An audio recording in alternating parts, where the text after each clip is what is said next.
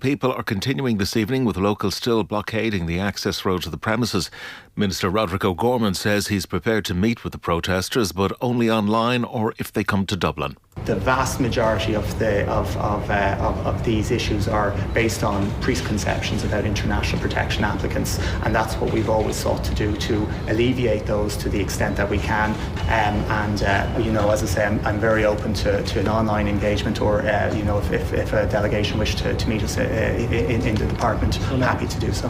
Property prices increased at an annual rate of 3.9% in March. That's down from a rate of 5.1% in February, according to the CSO. The slowdown in house prices is being attributed to rising interest rates. Global temperature records could be broken in the next 5 years. A World Meteorological Organization report suggests that the 1.5 degree target of global warming will be broken by the end of 2027. The research says there's a 98% chance of the hottest year on record will happen in the next few years. Dr. Chris Mays from UCC is one of the report's authors. He outlines the expected impact for Ireland. Longer summers, drier summers in Ireland. Depending on where you are, it's a different sort of diagnosis. But in Ireland, that seems to be the case. Now, that sounds pretty good for most of us listening from Ireland. That sounds like a nice long summer. It sounds pretty good. But what we're really looking at is an infrastructure that it's not ready for that. We're kind of looking at more Mediterranean climates in Ireland. Britain's Prince Harry and Meghan say they've been involved in a near-catastrophic car chase and pursued by highly aggressive paparazzi in New York. They claim to have nearly collided multiple times. Police say there are no reports of collisions and no arrests. It's understood photographers ran red lights and mounted pavements as the couple left an award ceremony. That's it for now. We'll have more in an hour. News Talk weather. Thanks to Ryanair. Bin the Father's Day socks. Give Dad a Ryanair gift card from his number one baby. Dry for the rest of the day with a mix of cloud and clear spells. Highest temperatures 15 to 19 degrees in a light to moderate south to southwesterly wind. And now you're up to date on News Talk. Your chance to win big. News Talk's cash machine. Now roll over, so the new amount is €50,585.63. Text play to 57557. Get your entry in by 3 o'clock tomorrow, and then if your phone rings, answer within 5 rings, and the exact amount in euro and cents, please. So again, the new amount is €50,385.63. Over 18s only. Text costs €2.50 plus your standard message rate to play. And you are playing across the Go Loud network of stations. Terms and conditions are on newstalk.com. The Football Show on Off the Ball. With Sky. All the football you love in one place. Across Sky Sports, BT Sport and Premier Sports. This is News Talk. I'm prepared to do anything I can to play for my country again. Do it then. What about your start to the game? It wasn't bad, was it? Why should an honest answer be a mistake? How can a modern day manager not have a mobile phone? Why should he? Welcome along. Football Show is coming at you. Dan McDonnell here in the studio. Hello, Dan. It's been a while. Do you know, I was going to say I hadn't seen you in a while, but that actually wouldn't be strictly true.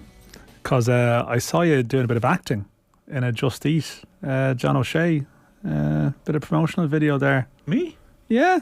I'm sure you didn't. Yeah, I saw Joe Molloy and Eileen Dunn. Do you share the same agent? I kind of wonder how that guest list comes together. So it's sort of a 7-8 minute clip, the humorous video, John O'Shea, Nutmeg. I'm watching it along. I think this is quite amusing. I'm like, oh, here's a talking head.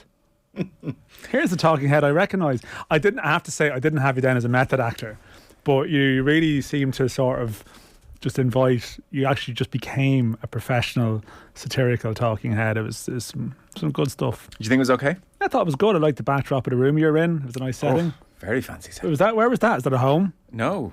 I thought it was your drawing room. My office out the back in the shed, you know. So did you meet Eileen Dunn and the rest of them, or were you No. you recorded on separate days? Oh, very separate days. Big operation. Big operation. How far do you reckon you were down the list? High enough up the list? Yeah, it was pretty high. You got the call, It's pretty high. That's really some good stuff, you know. Yeah, I think the director is an off the ball fan. You've got a bit of range. Thanks, Tan. Yeah. I was expecting more of a massacre there on your part, but are we done with that now? If people don't know what Dan's talking about, Just Eat have done a spoof John O'Shea along the lines of The Last Dance to mark the 20th anniversary of his nutmeg and Luis Figo. So there's a whole narrative about, you know, it being the most revered moment in the history of sport, and then it went to John's head of touch, and he went off and made Space John, which he always wanted to do creatively. That was one of the best. And I mean, Shay Given puts in an Oscar-worthy performance. I've heard of, like, Shay Given was like Roy Keane dressed up in the Walker's Crisp ad back in the day style of gig. Like, I know for a fact they did like give him drops for his eye for the bit where he said, "Can we just pause?"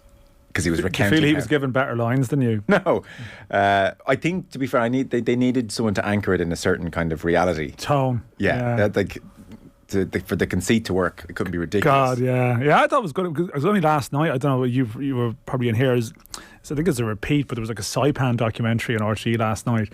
But part of the premise of it is this spoof of if Roy Keane had played in the World Cup in 2002, there was commentary of Ireland playing Brazil in the final of the World Cup. It was far too sober in its tone. Like, if Ireland had played Brazil in the final in 2002 in the World Cup, it wouldn't have been as sensible as it was laid out. I think it probably did mark the moment that all concerned, you and I included, realised there's no new angle on Saipan. There's nothing more to go. I still watched it though. Did you? I watched it. I mean, yeah. I don't know why. Yeah, so they gave Given eye drops for that scene where he's crying because he saved a penalty on John in training, and then John didn't talk to him for 18 months. Can we just stop it there? There was a lot of funny stuff in it. It was really good because when I was asked to do it, I thought, is this going to work? But then you were like, how much? No. It worked. When I spoke to Lorcan, who's the genius behind it all, once he told me like the extent that they were going for it, I was like, okay, well, that actually should be pretty funny. Yeah, you were like, I like this. Yeah, because when I was doing my day, did you get presented with a script and like what your lines would be? No, it was much looser. He was interviewing me, like it was weird at one stage. You know, he was like, it was just very odd because he was saying, you know, he'd ask me questions like, and what about, you know, when it went to O'Shea's head after the nutmeg? What do you remember about that period? I'm like, well, obviously my initial response is I don't remember anything because it didn't happen, but for the purposes of this conversation, and then you just start riffing a bit, and then they then you got on board with it. I remember years back I was asked, this is completely off topic, years back I was asked in to do, I think, TV3 as it was at the time.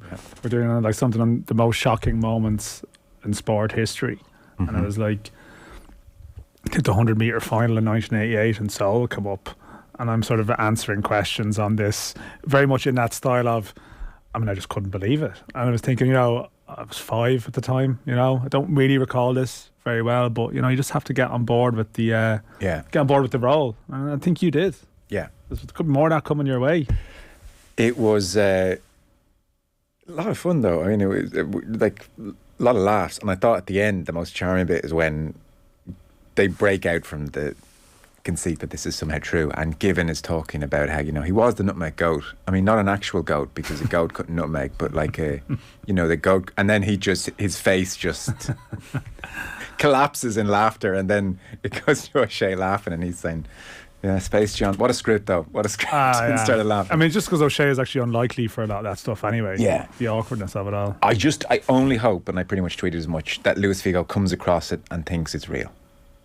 This is like, well, I mean, Louis Figo, you can catch him going shopping for watches with Robbie Keane. I know, but I hope they meet people occasionally. They do. I hope he watches it and thinks, geez, I never know that O'Shea went off the rails like that. Yeah.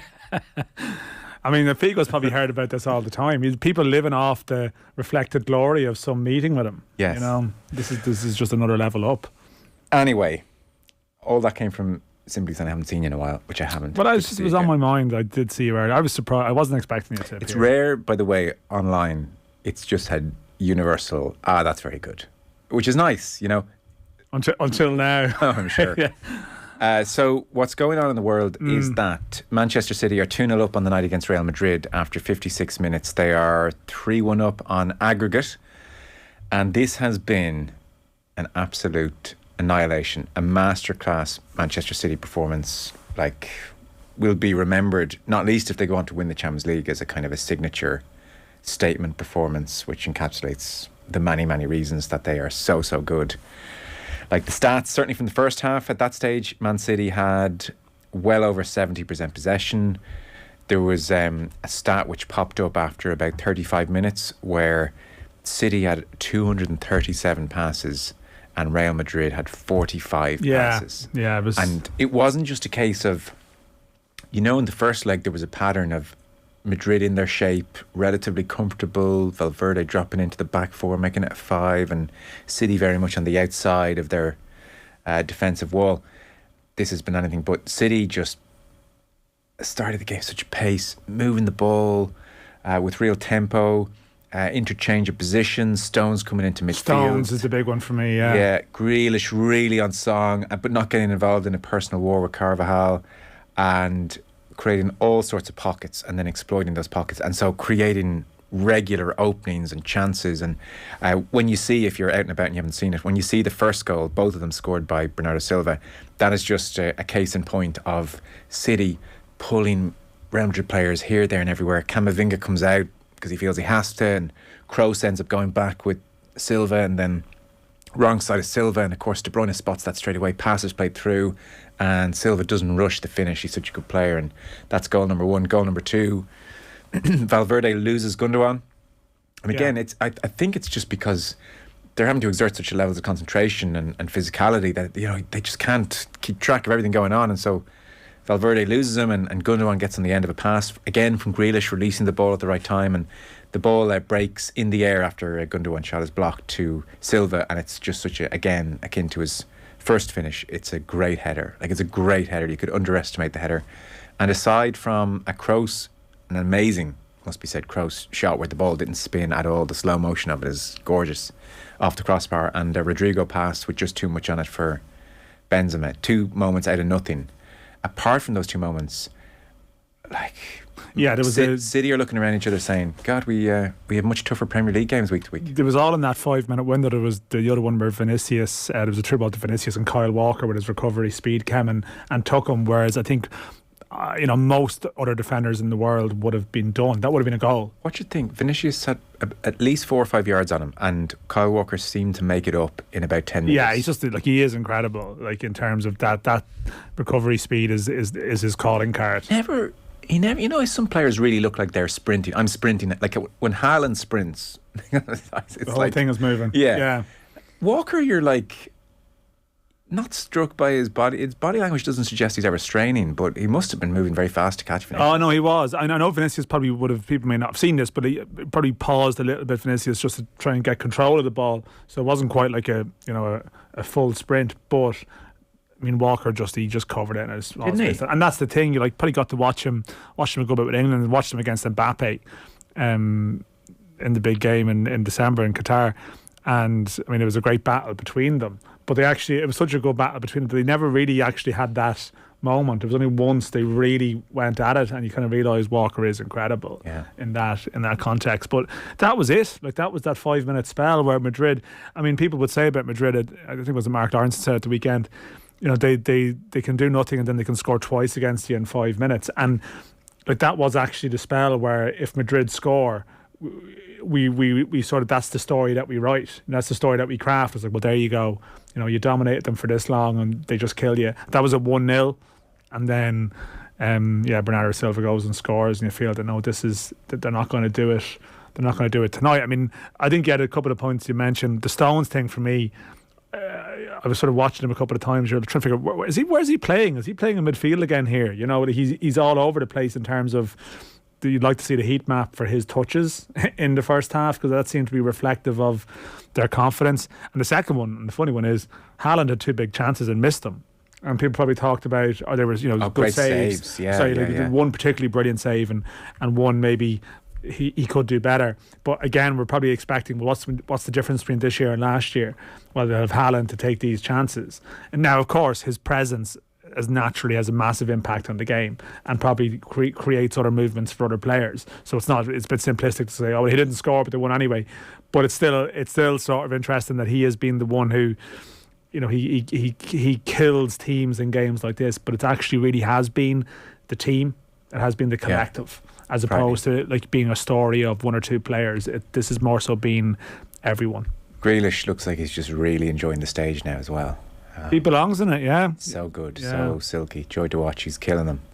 So it's an annihilation at the moment. 2-0, 3-1 on aggregate. 60 minutes on the clock is where we are. Our football show coverage is brought to you by Sky. Catch the biggest live Premier League games every weekend on Sky Sports.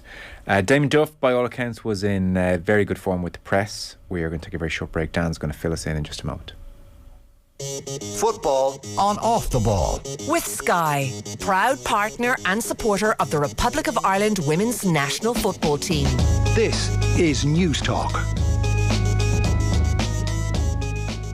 Screen Time with John Fardy. Michael J. Fox is one of the most adored actors of his generation, who for the last 30 years has been living with Parkinson's disease. And this week on Screen Time, I talked to the Irish editor of the remarkable new documentary Still, a Michael J. Fox movie. I talked to the two young writers, directors and producers of the much talked about new Irish GAA set movie Lakelands. There's all the new week's cinema releases in the company of film critic Chris Wasser.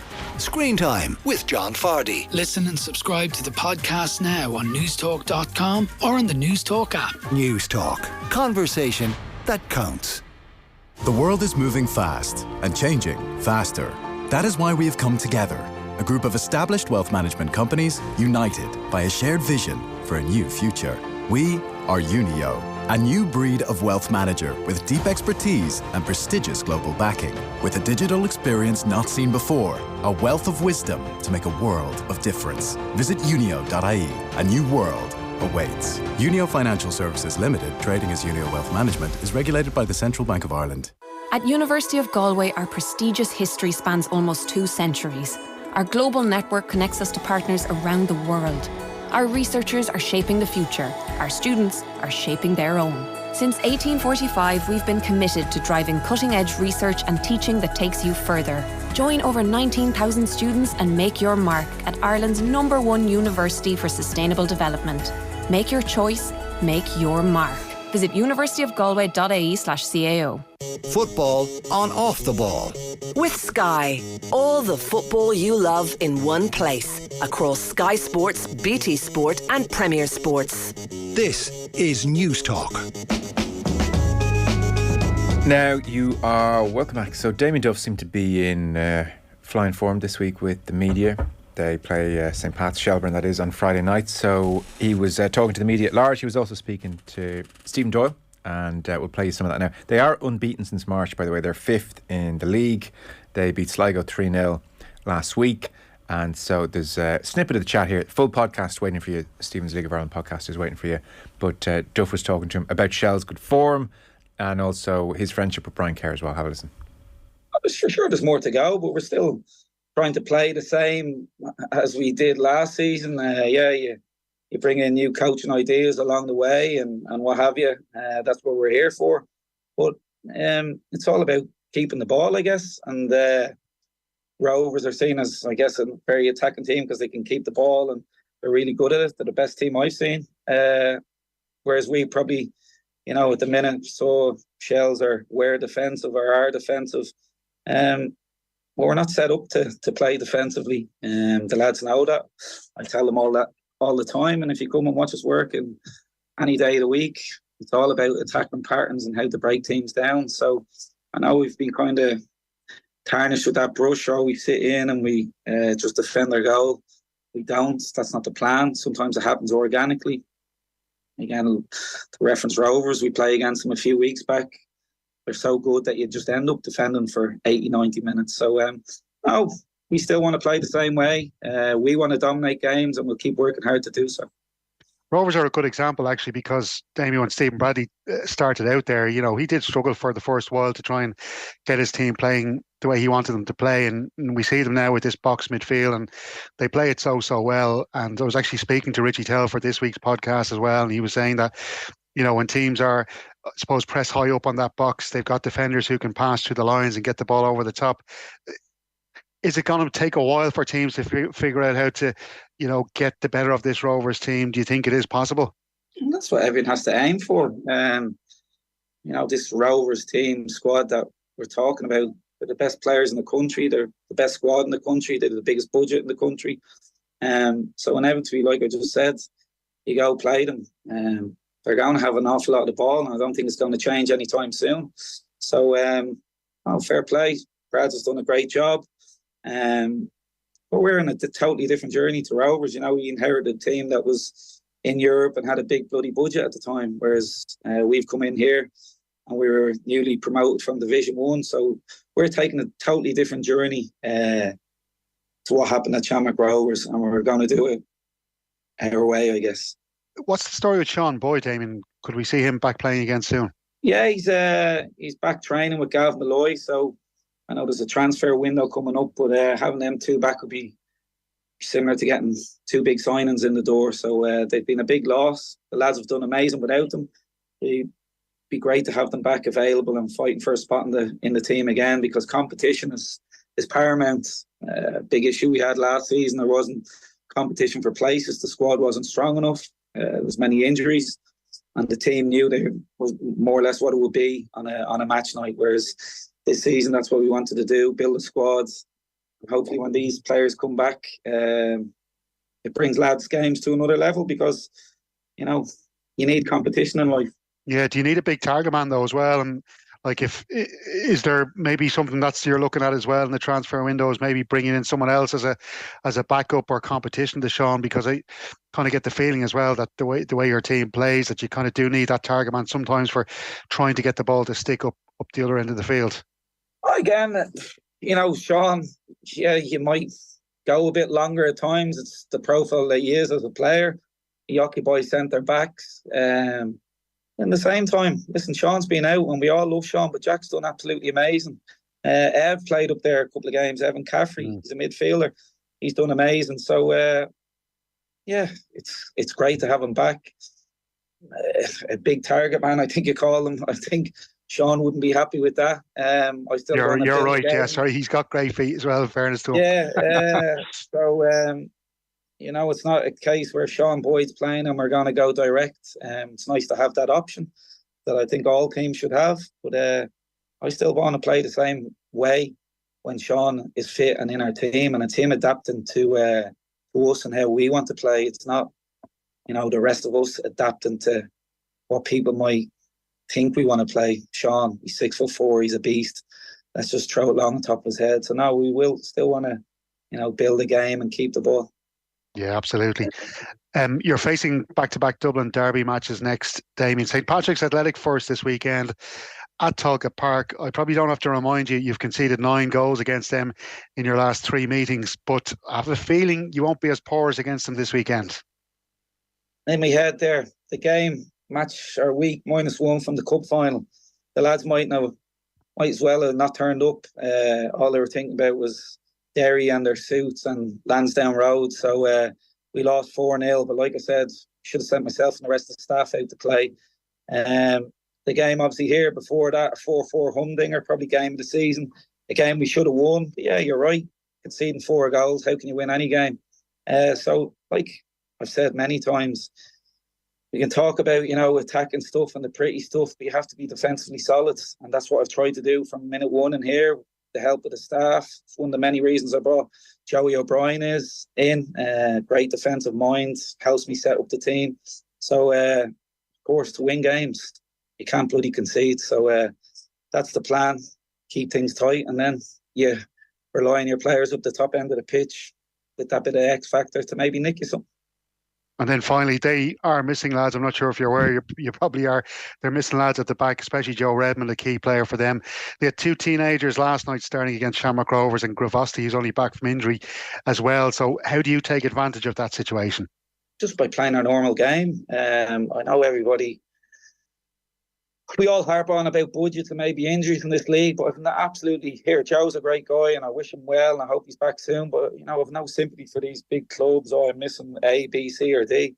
I've missed big players for the majority of this season, and I've never complained about it once. So it's just about adapting, and the lads that are in the squads, maybe on the bench that haven't been playing, standing up and taking the shirt. That's what happened with us, and I'm sure Pats have so much quality in their squads.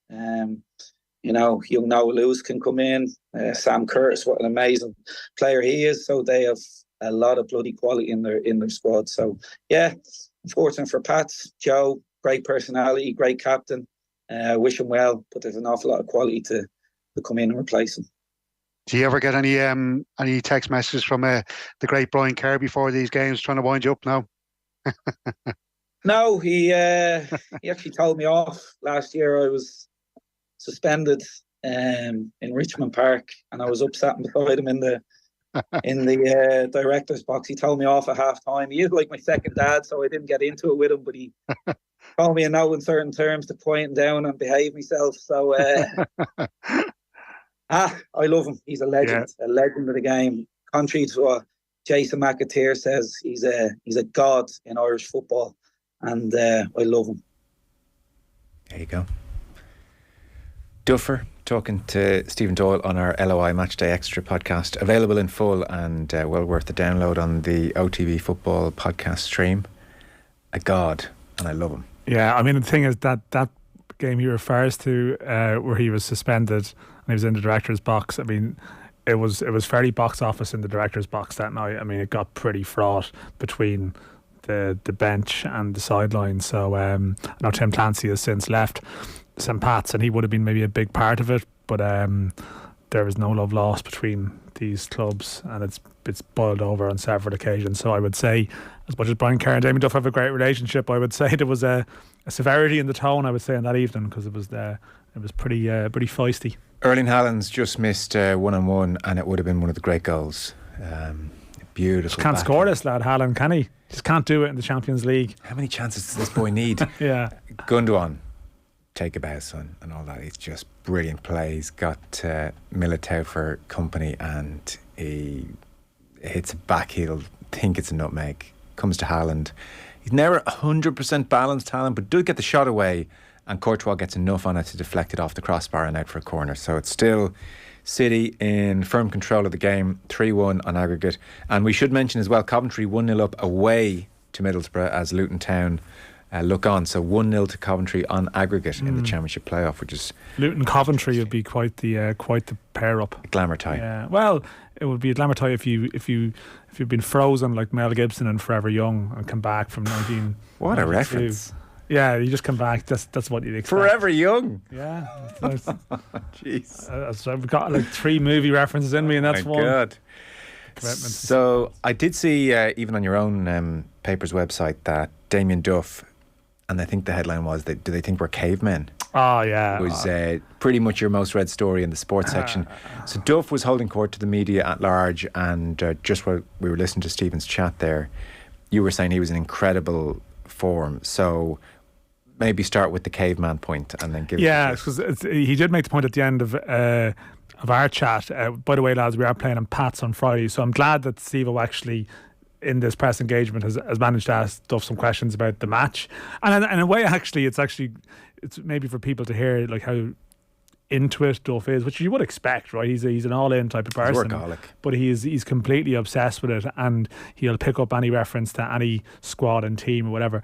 But generally with Duff, he hasn't done a huge amount of media other than after games since he's been in the job. He's only actually done really like 3 pre-match press conferences where it's away from a match day environment and it's a bit of a sit down. And naturally the nature of who it is, you tend to try and bring the discussion to other places, and he tends to invite it. There was a context to this where he was speaking about, so you mentioned they won 3-0 in Sligo last week, and Jack Moylan, one of their star players, scored a hat-trick. Jack Moylan's 21, is a very good player, and Duff basically said, listen, there's people coming to watch him, there's interest in him, and from that he invited himself. He's like, but we don't have any clauses at this club, which has been a big talk about around the league in the last year. A lot of players leaving on the cheap, a lot of agents looking for, our player will sign a new contract with you. As we watch another goal from Man City, our player will sign a new contract, but you have to let him go for 50 grand if a club comes in with him. Okay. And the agents are sort of holding clubs to ransom. And Duff was speaking about how, agents could go and do one basically. We don't have that. Our policy here is this.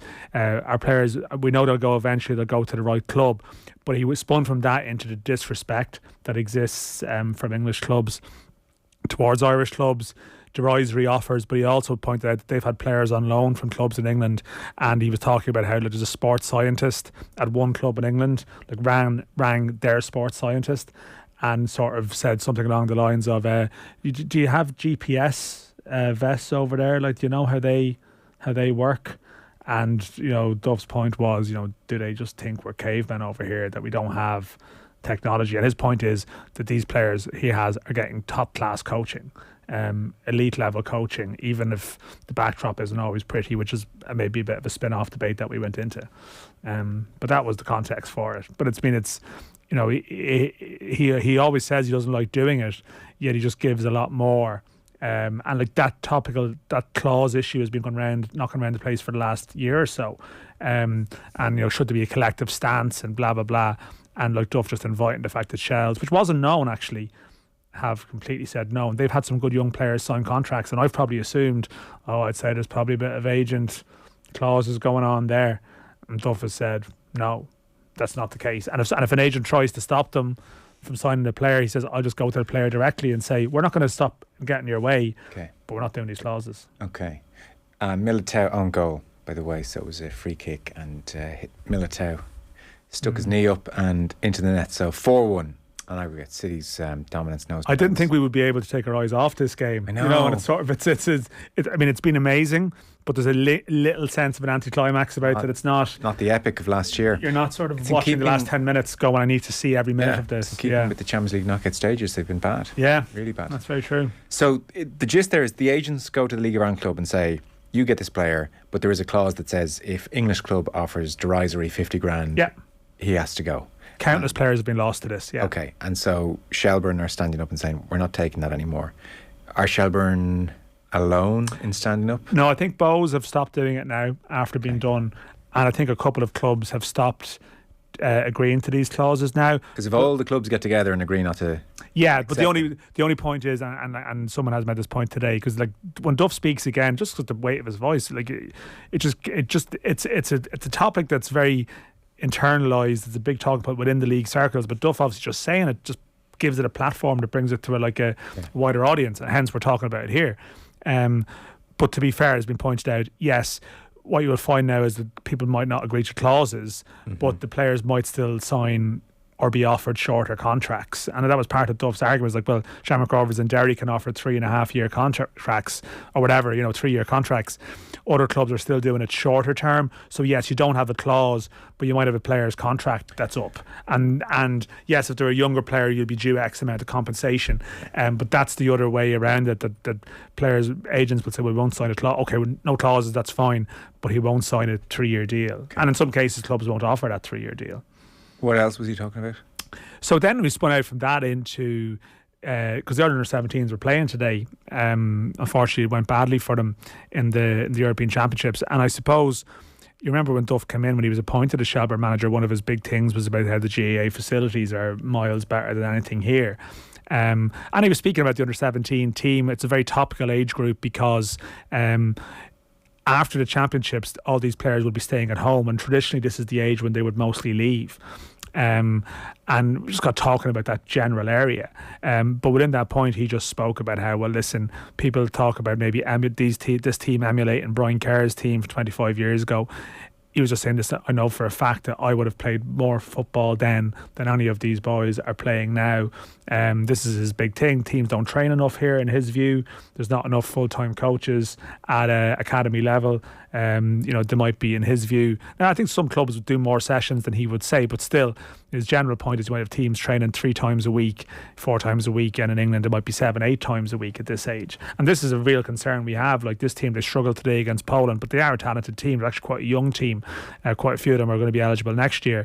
But the bigger problem is that if they want to do like regular training, development training, it's very hard for them to do it here. Some will be good enough to be integrated into first teams, but they're training with men, which is great if you're Evan Ferguson and Gavin Bazuna. We've had examples that are ready for this. Mason Melia, who played today, came off the bench for St. Pat's last Friday. He's 15. Now he's meant to be a very, very very talented player, and there's a lot of good words about him. Opposition. But he's a striker. But embarrassment to riches, isn't it? We don't need any more strikers. well, this is the thing. But the problem is that for him to probably advance, he needs to probably be in with the first team all of the time. There's no full-time under 17 or under 19 team for him to develop with alongside players his age, and this is a problem. And Duff's point was, he actually sort of referred indirectly to the betting tax stuff which has been going on in recent weeks and the issue around funding for football here. And he said, I know people have been fighting for this and talking about this, but his argument is, people say to me, would you do the training ground or do Talca Park? Him and Joey O'Brien talk about this, his assistant, and he said, for me it's training ground over Talca every time. Yes, it would be nice for people to have nicer facilities to watch the game in, but he said for development we need to do our training grounds. That's, if I got the 10 million, that's what I'd be doing to create a full-time development environment, because what's there at the moment for our players just isn't good enough. It isn't sufficient, and I'm not going to overanalyze one result today because that's not fair. And in some ways, the problem age is actually the next 18 months or so for those players anyway. But again, there is a broader discussion taking place at the moment around funding. There's infrastructure. FEI are presenting an infrastructure plan this month with a view to trying to get some better funding from government, and football needs to sort of amplify itself and find its voice. And Duff was saying his own son plays GAA. They were down in Kilcool and Wicklow last week, and he said he reckons Kilcool have a better training ground or facility than any club in the country here, and these are the clubs that are developing our top talents now. That's a problem. And I think people who are in the league have been saying that for years, but the fact that it's one of Irish football's most recognisable names saying it, it feels like it carries further and drives home that message. Maybe you should just do a gig every week instead of 3 times in 2 years and just ram it down people's throats. But there is there's a benefit to that. Training ground stadium was an interesting one. Obviously you'd like to do both. I'm still I'm not 100% sure, I have to admit. I think I would tend to think stadium is more important in terms of bringing more and more people and therefore more and more money into the league on a sustainable basis. And one can lead to the other. I think what's happening, and without bogging people down into the details here at the moment, that they're in the process probably of categorising a lot of the academies in the country. Is it realistic to get 20, 25, 30 if you expand to say some of the women's teams who don't have, there'll be a handful of them that don't have a men's side, but I guess, are you going to have 20, 25 top class facilities in the country? No, but I think they're categorising it that clubs who are actually committed to youth development, they'll go a little bit further. They might therefore qualify for a little bit more funding, and it might be a case that you have 4, 6, 8 good training facilities for top clubs who are willing to do a little bit more in that regard. But I do agree, the product in Tala on Monday night, for example, it's very good, but the appearance really, really helps. And there's a bit of a revival in the league at the moment, which is great. But to continue that momentum, we need better facilities, but we need too much. I mean, that's part of the problem here. I can't argue with his opinion, because we need that too. And I mean, it is very much, it's at our door now, our control over youth development, and it's true that the environment for a lot of players, with a handful of exceptions, just isn't good enough for them to get better. And however they might find it difficult against the very top teams in Europe when they're 16, it's going to be a lot harder at 18, and that's actually the real concern. Still 3-0 City. De Bruyne off, big bear hug from Pep. We did it, Kevin. We whooped them, and plucky underdog Phil Foden thrown on. See if you can handle the pressure. It's the romance of that City story again, isn't it? But I mean, again, the ability to just take De Bruyne off. I mean, Pep after the first goal, I don't know if you saw it, he did a sort of he was celebrating. You could see him lip reading. He was doing a big "Let's go." Who's he always talking to? Is it his family in the crowd? He always turns to the same spot. That's been playing before, wasn't it? It wasn't one particular game where people thought he was shouting at a cloud, he was particularly angry, but he was pointing out that no, he was speaking. He was speaking to someone. He's like a tennis player at Wimbledon. He always it's a good comparison. Spot. He's always. But he was doing the "Let's go." It's like a Fabrizio Romano thing or something. Did he say "Vamos"? No, he was just like "Let's go, let's go." It's generally what happens when a transfer is happening, on the internet now. But he was very much. He was trying to, after 5 or 6 minutes. I know you were in here, so I'm not sure if you saw it. No, I saw it all. Yeah, they won a corner. Yeah, and he was doing the whole sort of stirring the crowd and trying to get them going. They're a crowd that needs stirring, They probably do. It's not like, again, it's part of the brilliance of the team. It's not like people are talking about, the Etihad of this night as like it's like Anfield on a European night. The Etihad. But in saying that, like, they have an amazing home record. So there's clearly something in it, even if it's not something that stirs the sort of senses of the neutral. Well, 86 minutes on the clock, 3-0. So it's going to be an Inter Milan, Manchester City final. And as we were saying last night with Gav Cooney, there's a fair old chance City are going to win the Liga de Canter and win their 2 finals en route to the treble pretty comfortably. And then, I don't know, I think that kind of dominance will prompt a real re-examination of how they've reached this point, i.e. the giant asterisks lots of people have beside their league title at least. So that's going to be fun. That'll be, I have to say the discourse on that will be enjoyable. Can't wait for that. Yeah, we'll take a short break. Football Show is brought to you by Sky. Catch the biggest live Premier League games every weekend on Sky Sports. Football on Off the Ball. With Sky. Watch every single live Premier League game this season on Sky Sports, BT Sport and Premier Sports. This is News Talk. Did you know that your smart device can open and close your blinds? Well, with Acme Blinds, you can. We don't just manufacture all types of stylish and affordable blinds, we can also motorise your new Acme blinds to your exact requirements. Ask us how to bring the finishing touch to your smarter home. Acme Blinds, Irish-made blinds since 1956. Find us on Facebook or visit us at acmeblinds.com. Guaranteed Irish business members continue to sustain jobs and communities across Ireland, and your local Home Value hardware and DIY store is no exception. Visit Home Value today for great discounts in their summer sale on garden furniture, barbecues and garden power. Let Home Value help your summer project come together and benefit from local experts who are always on hand with tips and advice. With over 90 stores nationwide, Home Value is just around the corner. Look out for the G, in-store and online at homevalue.ie. Guaranteed Irish, altogether better. Football on Off the Ball. With Sky. All the football you love in one place. Across Sky Sports, BT Sport and Premier Sports. This is News Talk. Welcome back. Still commentary 1-0 up away to Middlesbrough, so 1-0 on aggregate, 87 minutes on the clock, and still Manchester City 3, Real Madrid 0, 4-1 on aggregates. So it's going to be City against Inter in the Champions League final 2023 Istanbul. Erling Haaland going off to standing ovation. If he could just take a chance, Yeah, resting players. I mean, this is the ultimate. Yeah, it's a strange night, Haaland. I think he'll be disappointed. But yeah, I think how would he be feeling going home? Like, why did I not score at least one, if not two? Yeah.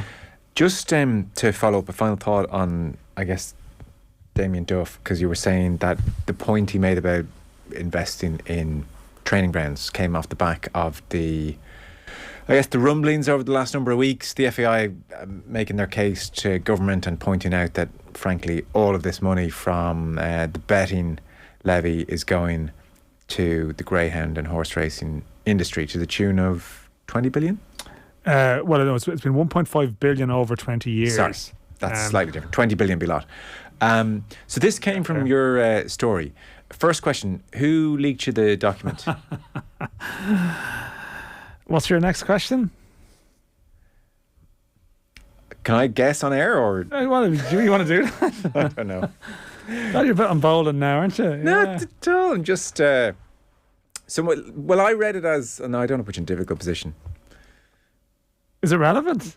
Do you normally in the Sunday paper review go through all the stories and go, I wonder where that came from? Yeah. What do you think? The journalist is on, I might ponder. Would you? Aloud. Well, it's not... Is it sacrosanct? It is.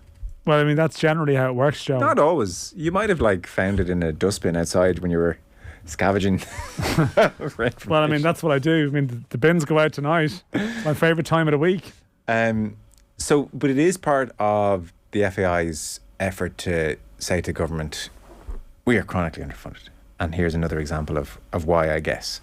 So can you, for anyone who's kind of late to this, as City are about to score, and they do score, fourth, oh my God, it's annihilation. 5-1 aggregate, 4-0. Like, they've just beaten Real Madrid 4-0 in a semi-final. Yeah, Alvarez. It's ridiculous. Yeah. And like they cut them open there. It's embarrassing. No, like I mean, it has been very good. I know you can talk about Madrid being very old, and that will become the narrative of it now. I mean, they're this done. has been coming. Modric is done, years. but then like Modric, you'll see him again in 6 months' time, like controlling some game. It's kind of what people have been predicting almost last year. Yeah, you know, the fact that they did it last year and then went on and won it. It's just like, I mean, that is obviously potentially a factor, but it's also just that City are, explosively good.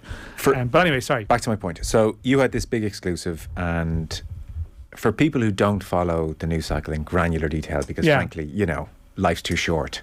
It was debated certainly that day in the Oireachtas, and my memory of the day is Leo Varadkar giving it short enough shrift. Yeah. And pretty much saying like, let's not pitch this great industry again. We don't pit sports against each other in this country, apart from when you're applying for grants, obviously. Yes, and value for money and what a great industry in this country it is, kind of thing.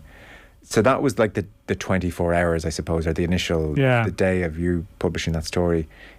Did it go anywhere in any great way subsequently? Yeah, I think it's probably generated a debate, and there's probably a lot of people, put their spoke in the period of time that followed. Maybe that's just other media. But then it would have been Catherine Murphy's been asking a fair few questions in the Dáil. It was Aidan O'Riordan who asked for Varadkar about it, and he's continued to make a little bit of noise about it.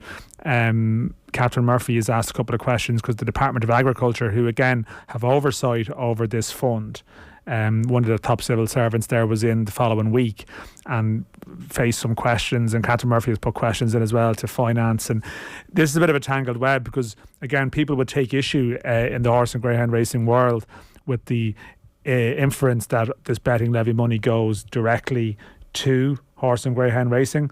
What we are now told is that was the case until 2009. Since then, there hasn't been a direct link between the two, apart from the fact that loads of people have said it at various times. That if there's not an explicit relationship, it's sort of implicit that the funding for horse and greyhound racing is driven, and it's everywhere. It's been said by the Minister of Agriculture at various times. The HRI, Horse Racing Ireland, produced a report in 2017 by Deloitte which spoke about the economic benefit it provides to society, and within that it actually says we're partly funding the 1% betting tax as it was at the time feeds into this fund, right? So a lot of wordplay has been used to wriggle out debate, and it's almost been a waste of time debating that because it's disingenuous. So it's true. What was confirmed really by this civil servant is that while it may not be strictly going from A to B, the policy picture that informs the decision to give this amount of money to horse and greyhound racing is informed by betting levy income. What is now known is that betting levy income in this country used to be dominated by horse and greyhound racing, but betting on football is huge now and will continue to be, and is going to get bigger in years to come. Because the profit margins in football are better.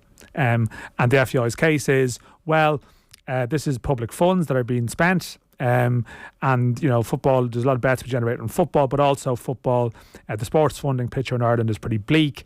Football has a lot of societal benefits, and can we have a piece of this potentially? And I mean, ultimately it is about making that argument, but also probably raising awareness, which some people were not aware of, the extent of funding that goes in horse and greyhound racing. Naturally, we've started talking about horse racing there. The greyhound racing argument is possibly even more interesting because it's a much smaller industry, less successful, had a lot of bad headlines in recent years. People talk about the FEI. You talk about greyhound racing as well in that context, but they're still at the moment getting around 18 million a year from the state, and in fact their funding was increased 2 years ago because on a pro rata basis, because there was more money for horse racing because of COVID relief. Greyhound racing got a Brucey bonus. That's even though the take up on greyhound betting in this country is, and from speaking to people, it's tiny. And if people say, well, a lot of people in this country, they're betting on football in England, they're not betting on football in Ireland, in greyhound racing it's exactly the same. It has the good fortune to be benchmarked and interlinked with horse racing, so rising tide is lifting both boats there. So all of that made sense. It sounds like the government though are pretty much like, this is going nowhere. Well, my information probably around this, and again, why I didn't feel it was a waste of time to go down this road is the sense that I think privately, and I've heard this even within the racing world, people would acknowledge that this is a sort of an unusual arrangement that was created 20 years ago that wouldn't be palatable if it was presented now as a concept. And I think privately, probably people in government would feel, and I get that sense. And I mean, the FAI do have people on their board who are like civil servants. I don't think they'd be taking a mad punt here, pardon the pun, if they didn't have some belief that it might be worth submitting this report and getting the discussion going. And there was a story at the weekend that Mark Tye had it that Catherine Martin even raised getting a share of the betting tax for other sports last year. It was knocked back. But the point is, I think that people probably in government might privately admit, you're right to maybe ask a couple of questions here, but publicly they're reluctant to do so because, well, horse racing and greyhound racing they're synonymous with the rural economy, jobs in parts of the country. And look how the Irish political system works. Sinn Féin have been very quiet on this, for example, because they've got a chance of getting elected, and they probably don't want to be. And this is just me speculating. It's just my opinion. But I suppose Sinn Féin probably don't want to be portrayed in parts of the country that wouldn't be traditional Sinn Féin hotbeds as someone who could be portrayed as, well, they're making moves that might affect our rural jobs in horse racing and greyhound racing. And you find a lot of the language in the Dáil record is linked in with, well, in my constituency Tipperary, horse racing is this, and in my constituency Wexford, well, the greyhound, etc., etc. And that's how Ireland works. I mean, it's Dublin politicians making a bit of noise about the football, right? You can make that allegation, but the fact is that a situation has been created, a quirky one 20 years ago, that has facilitated large funding to these to horse and greyhound racing. Horse racing is clearly successful, and it's not necessarily about taking money from them to give to someone else. It's more raising awareness of, well, the betting levy has been used as justification for funding this.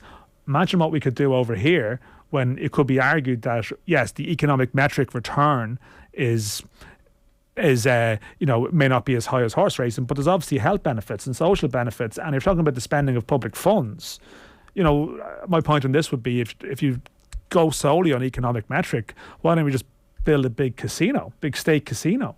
That would deliver lots of money, I'm sure.